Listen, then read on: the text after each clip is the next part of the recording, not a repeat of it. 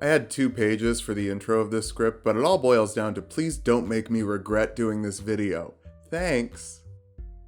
Let's start off with our goals for this build. First, teleportation. Obviously, you love the Portal games as much as I do. Next, we need time travel. You started off as a parody of Doc Brown, then kind of morphed into a parody of Doctor Who. Both travel through time, you just do it sarcastically. Finally, we need acidic resistance, so we can hang out in a pool of acidic liquid like acid or vinegar. For stats, we'll be using the standard point buy from the player's handbook. Roll for stats if you want, just keep your multi-classing minimums in mind. Put your intelligence and constitution at 15. You're the smartest person alive, and you drink. You drink a lot. Dexterity at 13, you're pretty quick on your feet, you need to be if you're going to get all the stuff done that you need to. Wisdom and strength at 10, you're not weak or imperceptive, we just need other things more, and we'll set charisma at 8. You say you have to be a jerk because you're a genius, but that's not true, you're just a jerk for your own reasons. And so is Rick. Rick is a human, but he's loaded with enough science stuff that it probably doesn't really count as human anymore, so we'll go custom lineage instead. I know some people don't like custom lineage, but remember, my function is to build fictional characters, not to build characters like, without the rules, 5% of the community aren't totally stoked about, like, the general vibe of and stuff.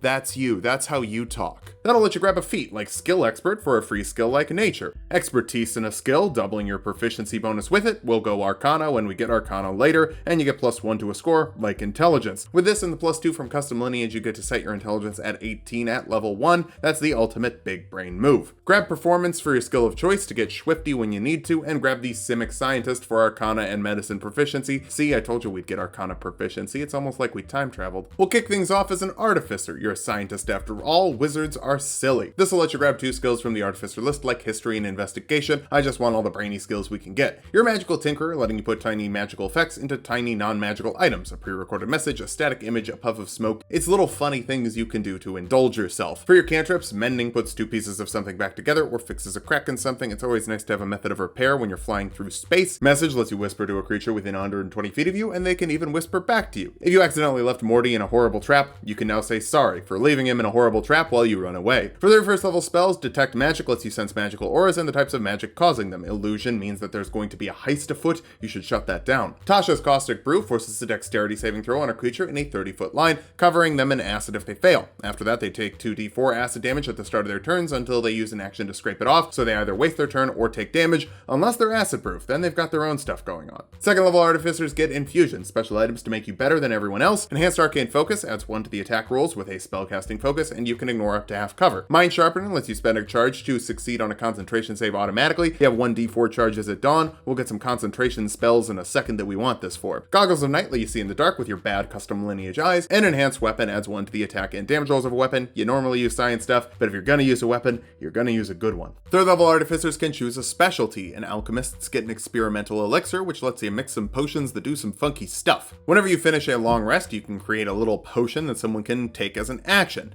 When you create it, you roll a d6 to determine what it does. If you roll a 1, it heals people 2d4 plus your intelligence modifier. If you roll a 2, it makes people 10 feet faster for an hour. If you roll a 3, they get +1 to their AC for 10 minutes. If they roll a 4, they can roll a d4 and add that number to every attack roll and saving throw they make for the next minute. On a 5, they get a flying speed of 10 feet for 10 minutes. And with a 6, they can cast Alter Self, which will let them change their appearance, give themselves skills, or a natural weapon. We're going to talk about it more later, just pretend we time traveled back here and I explained it here instead. We'll bounce over to Wizard now. I know that you're a scientist and that magic is stupid, but you tried magic once and you were very good at it. It also lets you do bigger things than Artificer by the end of this, and Rick definitely does some big boy stuff. For your cantrips, Acid Splash forces a dexterity saving throw on creatures and a creature within 5 feet of that first creature, dealing a d6 of acid damage to those that fail. Just toss a little bit of chemistry on people, they don't get it like you do. Firebolt fires a ranged spell attack at a creature, dealing 1d10 fire damage. It's a basic laser pistol, even though I'd rather use radiant damage than fire. Shocking Grasp is a melee spell attack that deals 1d8 lightning damage and prevents the target from taking reactions. Tasing people is funny and useful. That's what I call a twofer.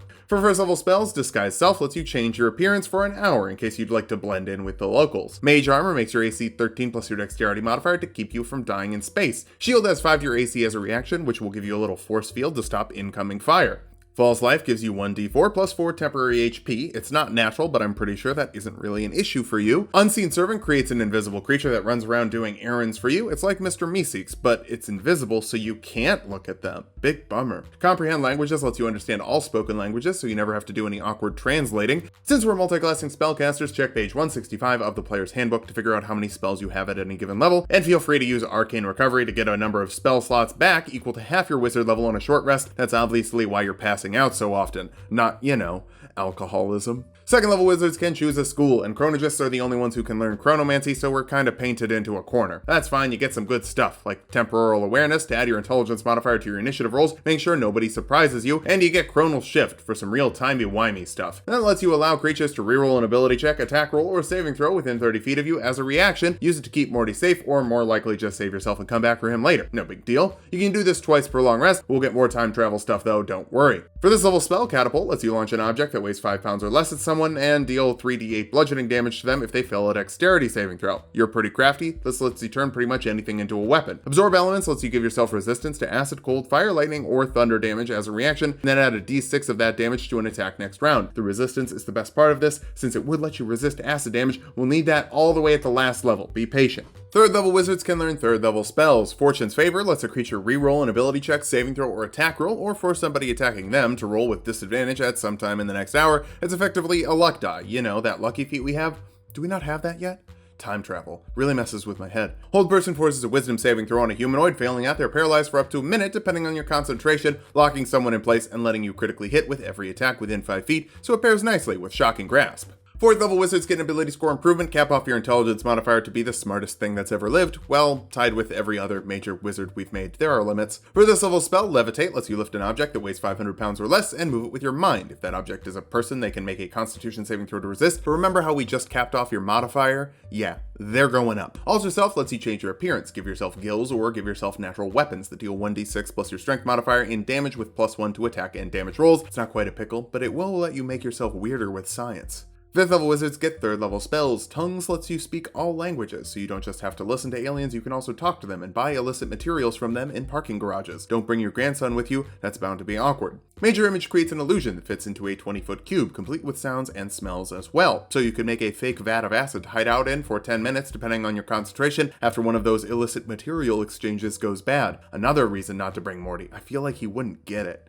But that's not the acid I want to bathe in. Again, final level. Stick around. 6th level chronologists get momentary stasis, forcing a large or smaller creature to make a Constitution saving throw. Failing that, they're stored in some magical energy until the end of your next turn or until they take damage. While you lock them up, they can't move. They're incapacitated and they have no movement speed. You can do this an amount of times per long rest equal to your intelligence modifier, so never shy away from just stunning someone out of a fight. For this level spells, Counterspell lets you shut down spells of 3rd level or lower automatically, and higher level spells with an intelligence check of 10 plus that spell's level, meaning that if you roll 14 or higher, no 9th level spells happen. It really lets you shoot above your current level. Really top-notch stuff. We'll actually grab Misty Step from the 2nd level here, letting you teleport 30 feet as a bonus action for your first of many teleportation options. It's like seeing Newton eat his first apple. 7th level wizards can learn 4th level spells to immediately upgrade the portal gun with Dimension Door, letting you and a buddy teleport 500 feet away with an action, so you don't have to leave Morty behind. It is a 4th level slot though, and I'm sure he'll be fine. Especially if you left him inside Otiluk's Resilient Sphere, which creates a sphere that stops all attacks and spells from going in or out for up to a minute depending on your concentration. And Morty can even roll it like a hamster ball to catch up to you. See, he's totally fine. 8th level wizards get another ability score improvement or feat. The Lucky Feat gives you 3 luck die to re-roll an attack roll, ability check, or saving throw, or to give your enemies a disadvantage on attacks against you. If that sounds like Fortune's Favor, it is like Fortune's Favor. 3 times per day, for free, with no duration. It's a good feat. Time travel is OP. We should all know that. The most powerful magic of all is Chronomancy. I'm tempted to switch this to being an Arthur Eggfort build. We're in too deep though. I'll just finish it. For your spells here, Stone Skin lets you give a creature resistance to bludgeoning, piercing, or slashing damage for an hour. It would be pretty embarrassing if you just got stabbed after all the stuff you've been through. Fabricate converts raw materials into something more useful. If you're using something organic, it can be a large object. If it's a mineral material, it's medium or smaller. Honestly, I don't see you making anything out of hemp.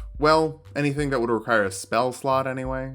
9th level wizards can learn 5th level spells. Modify Memory lets you force a wisdom saving throw on a creature. Failing that, they're charmed by you for a minute depending on your concentration. While charmed, they're incapacitated, and if you hold the duration, you can change their memory of an event that took place in the last 24 hours and lasted no more than 10 minutes. Want to forget which daughter is your daughter and which clone is a clone? Break your own brain, or break one of theirs. Morally, it's a bit icky, but ethics are just there to give less smart people a chance. You could also use this to give someone perfect recall. I think there's a missed opportunity with the life game at Blitz and Shits. Telekinesis lets you lift objects weighing 1,000 pounds or less. If the object is a creature, they're also restrained, though they can make a strength check against your intelligence to try not to be, but you're capped off, so they're screwed. Pinball them around, or just stop them from hitting anyone. A lot of your spells are in the psychic damage via humiliation category. 10th level ChronuRGIST get Arcane Abeyance, letting you store a spell in a gray bead for an hour. The bead has 15 AC and 1 hit point. A creature can use its action to use the spell using your casting modifier, so even Jerry could do cool stuff once per short rest. Let's not overdo it. Dominate Person forces a wisdom saving throw on a humanoid. Failing that, they're under your control. You can even take direct control of them with your action. Don't think of this as mind control, you're just really good at training pets that are human-shaped. Hold Monster is like Hold Person without the humanoid restriction. It's a 5th level spell instead of 2nd, and that's the only difference, so it kind of proves how good Hold Person is. Use it whenever you can. 11th level wizards can get 6th level spells. Tensor's Transformation lets you get absolutely yoked, giving you advantage on weapon attacks, an extra 2d12 force damage to each weapon attack, 2 attacks per round, proficiency with strength saving throws, and an extra 50 HP. Pretty great if you and your granddaughter want to beat up the devil from Needful Things. Wait, did they really do a whole episode parody of Needful Things? That's like a B-list Stephen King book. I mean, I like it, but it's not exactly his top-notch stuff. Weird. Anyway, it lasts for 10 minutes depending on your concentration, and when it's over you have to make a DC 15 Constitution saving throw or take a level of exhaustion. That just means a day off though, and you can take a day off from working out after you beat the devil to death. Arcane Gate creates 2 portals, one within 10 feet of you and one within 500 feet of you. They stay up for 10 minutes depending on your concentration, and everyone can run through them as much as possible, so you can send all of your friends through it. There's Bird Person and your family members. I think you should be nicer to people. 12th level wizards get another ability score improvement. Bump your dexterity and constitution at the same time for more AC and HP. Along with concentration, it's kinda nice to round up 2 ability scores at the same time. For this level spell, Disintegrate forces a dexterity saving throw on a creature, dealing 10d6 plus 40 force damage to those that fail. If they go to 0, they just get turned into dust. No death saves, just a puddle of ash. It's a pretty solid laser. Contingency lets you store a spell of 5th level or lower that activates automatically when something happens in the next 10 days. Like Tongues, if someone is speaking a language you don't speak, helping you save spell slots for other things the next day. A scientist isn't actually the smartest thing you can be. The smartest thing you could be is prepared. 13th level wizards can learn 7th level spells. Plane Shift will let you and up to 8 allies go to another dimension, or you can send an unwilling creature to another dimension with a melee spell attack, forcing them to make a charisma saving throw if you don't want to go to another plane. Finally, you can get to the reality that sells real fake doors. You can always use a real fake door. Teleport lets you go somewhere in the same plane. The more familiar you are with the location, the more accurate your teleportation is. Probably don't go somewhere you've never been. Could be somewhere totally wrong, and then you turn a quick 20-minute adventure into a 6-day-long gruel.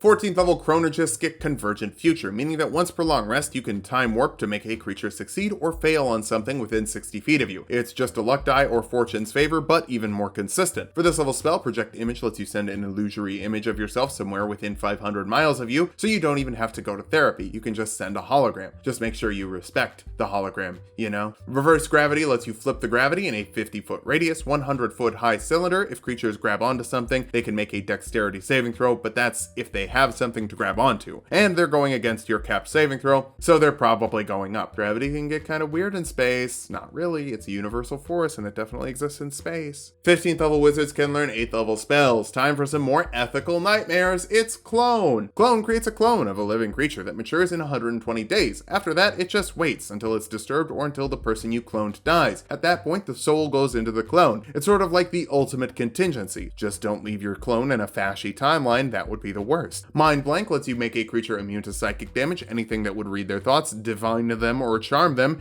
Use it to make sure that your grandson is empty-headed to distract the other people who would be tracking your big brain. 16th level wizards get another ability score improvement. Our last ability score improvement, I'm going to recommend some more Constitution for better drinking and less dying. For this level spell, Dominate Monster is like Dominate Person, but it works on anything, any creature. Not on anything that isn't a creature, don't try to use it on a cabinet. Demiplane creates a harmless room that's 30 feet in every dimension. When it ends, the door disappears. If someone's inside, they're stuck there. Every time you cast this spell, you can make another room or go back to the the same one, you could use this to trap an evil mastermind, or get your own private toilet, up to you. Our capstone is the 17th level of Wizard for some 9th level spells. Invulnerability makes a creature immune to damage for up to 10 minutes. It's simple, but so is setting up an impenetrable force field to do whatever you want. Or you could use True Polymorph to turn a creature into another creature of challenge rating equal to or less than their current challenge rating or total level, so you could turn into a dragon, or a demon, or something like that and get a bunch of extra HP. Or you could use it to turn an object into a creature of challenge rating 9 or lower. If either of those lasts for a full hour long duration, they stay that way. The third option